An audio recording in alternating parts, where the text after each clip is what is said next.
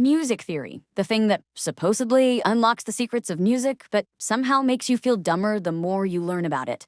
You know, that magical realm where people argue about whether a C sharp and a D flat are technically the same note, while the rest of us just want to play Wonderwall without embarrassing ourselves. But here's the thing. Music theory isn't actually hard. It's just been explained terribly for decades by people who learned it terribly and decided to pass on that tradition like some cursed family heirloom. So, I'm going to teach you music theory the way it should have been taught in the first place, without making you feel like you need a PhD to understand why songs sound good. Let's start with the most basic question. What even is music theory? Western music, and yeah, I'm specifying Western because other musical cultures have completely different systems. And honestly, they're way cooler, but we don't have time for that rabbit hole. Is built on 12 notes. Just 12. A sharp, B, C, C sharp, D, D sharp, E, F, F sharp, G, G sharp, and then we're back to A again. You might be thinking, wait, why do we only use the first 7 letters of the alphabet? Did the rest of the letters get voted off the island or something? Well, it's because after 12 notes, we hit what's called an octave, which is just a fancy way of saying we're back where we started, but higher. This A is 220 hertz, and this A is 440 hertz. Different pitches, same vibe, same letter name. And yeah, that's weird. It's like if we decided that all dogs and all wolves should just be called dogs because they're technically related. But octaves sound so compatible with each other, their frequencies literally double, so they slot together perfectly. So we just give up and call them the same note. Sounds the same, right? Just one's vibing in the basement and one's on the roof.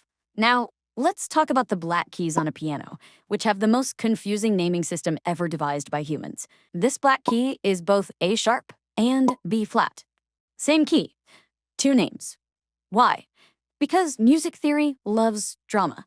The logic goes like this. If you're going up from A, you're making it sharper, literally pointier, more aggressive, so A sharp. If you're going down from B, you're making it flatter, so B flat. When do you use which name? Honestly, don't worry about it right now. It's one of those things where the answer is it depends on context, which is music theory speak for we don't have a good answer. All right, so we have our 12 notes. Cool. But what happens when we play them together? Well, that's called an interval, the gap between 2 notes. And if you want to understand music theory, you need to understand intervals because they're basically the building blocks of everything. The smallest interval we have is a semitone, also called a half step, because apparently one name wasn't confusing enough. That's just the distance between any 2 notes right next to each other on a keyboard. 2 semitones make a tone, or whole step. And here's where it gets interesting. Every interval can be measured in semitones. A minor third, that's 3 semitones.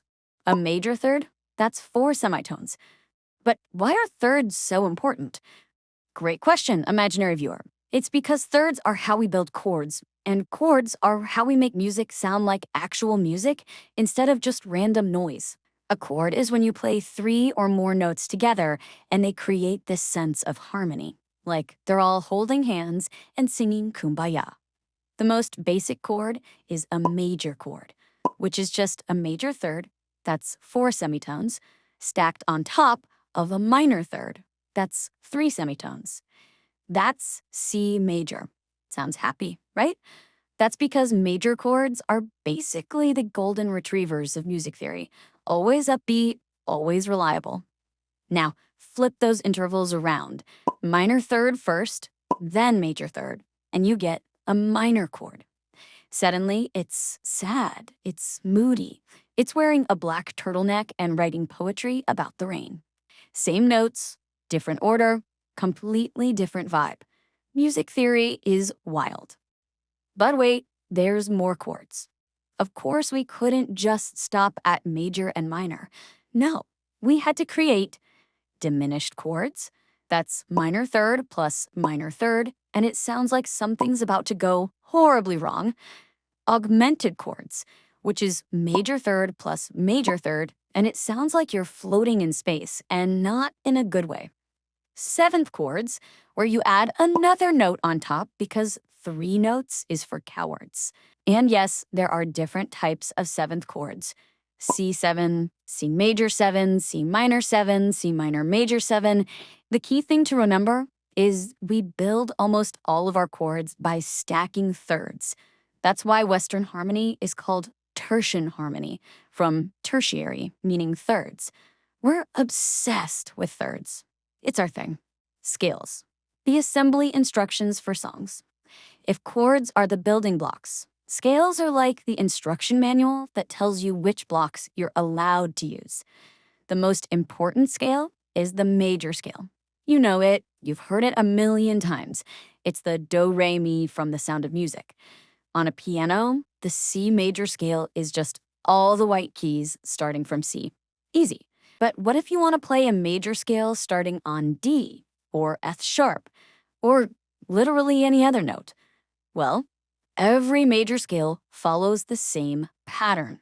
Tone, tone, semitone, tone, tone, tone, semitone. This pattern works for any major scale. It's like a cheat code. D major, start on D, follow the pattern. E flat major, start on E flat, follow the pattern. Minor scales.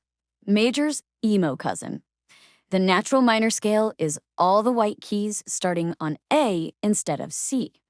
It's darker, more melancholic, like major scale went through a breakup and started listening to Radiohead. But of course, we couldn't just have one type of minor scale. We needed harmonic minor. That's natural minor, but we raised the seventh note because it sounded better in certain contexts. Melodic minor, which is harmonic minor, but we also raised the sixth note because why not at this point? These exist for actual musical reasons that I could explain, but let's be honest. You just need to know they exist and that they sound slightly different. And then there's the pentatonic scale, which is what happens when you take a major or minor scale and remove all the notes that could possibly cause problems. Only 5 notes, hence penta, no semitones, basically impossible to sound bad with. This is why every guitar solo in existence uses the minor pentatonic scale, because you can just mash notes together and it'll sound decent. It's the musical equivalent of cooking with garlic and butter. Even if you mess it up, it's still kind of good. Here's where it all comes together. When you string chords together in a pattern, you get a chord progression.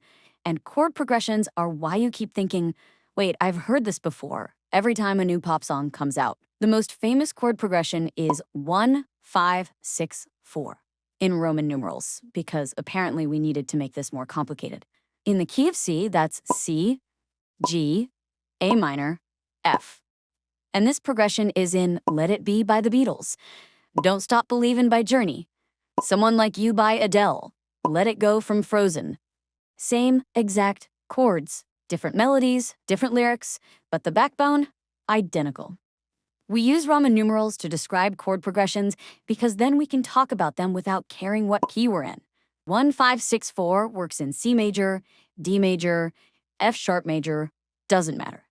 The relationship between the chords is what matters. It's like saying tall person, short person, medium person instead of their actual heights. The pattern is the point. All right, last topic before we wrap this up. How to actually read those dots on lines that we call sheet music. First, the dots themselves. These are note values and they tell you how long to hold each note. Whole note, the potato shape, 4 beats. Half note, potato with a stem, 2 beats. Quarter note, filled in potato with a stem, 1 beat. 16th note, filled in potato with 2 flags, quarter of a beat. Each one is literally half the length of the previous one. Whoever designed this was really into having things. Time signatures, the rhythm rules. At the beginning of sheet music, you'll see something like 4/4 or 3/4. That's the time signature. The top number tells you how many beats are in each bar. The bottom number tells you what type of beat. 4/4 means 4 quarter notes per bar. It sounds like 1, 2, 3, 4, 1, 2, 3, 4, 1, 2, 3, 4, 1, 2, 3, 4, 1, 2, 3, 4, 1, 2, 3, 4, 1, 2, 3, 4, 1, 2, 3, 4, 1, 2, 3, 4, 1, 2, 3. 3/4 means 3 quarter notes per bar. It sounds like a waltz. 1, 2, 3, 1, 2, 3, 1, 2, 3, 1, 2,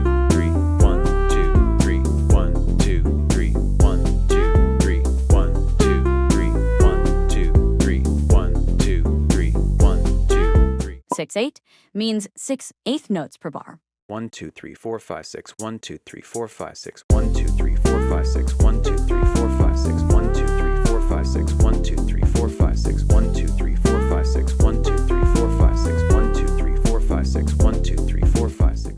Different time signatures give music different feels.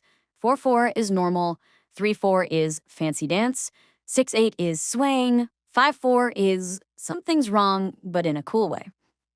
The 5 lines you see, that's the staff, or a stave if you're British.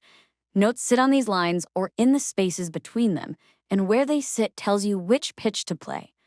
The treble clef, that fancy swirl at the start, tells you which notes are which. The spaces spell face from bottom to top. F-A-C-E. That's literally how you remember it. The lines from bottom to top are E, G, B, D, F, which people remember with every good boy does fine, or whatever mnemonic your teacher made you memorize. By default, the staff only gives you the white keys. Want a black key? You add a sharp or flat symbol. But if your piece of music uses a lot of the same sharps or flats, you put them at the beginning in what's called a key signature. This way you don't have to write sharp before every F and C in a piece in D major. The key signature basically says, hey, all the Fs are now sharp, just FYI. It's a time saver and a way to immediately know what key you're in. And there you have it. Music theory explained without making your brain want to escape through your ears. Is this everything you need to know about music theory? Absolutely not. We barely scratched the surface. But it's enough to understand how music works at a fundamental level, which is honestly more than most people who've taken years of music lessons can say. The real secret of music theory is this. It's just a language for describing patterns that already exist in music you love. You don't need to memorize every scale or chord type. You just need to understand the logic behind them. And honestly, that's pretty cool. Now go make some noise.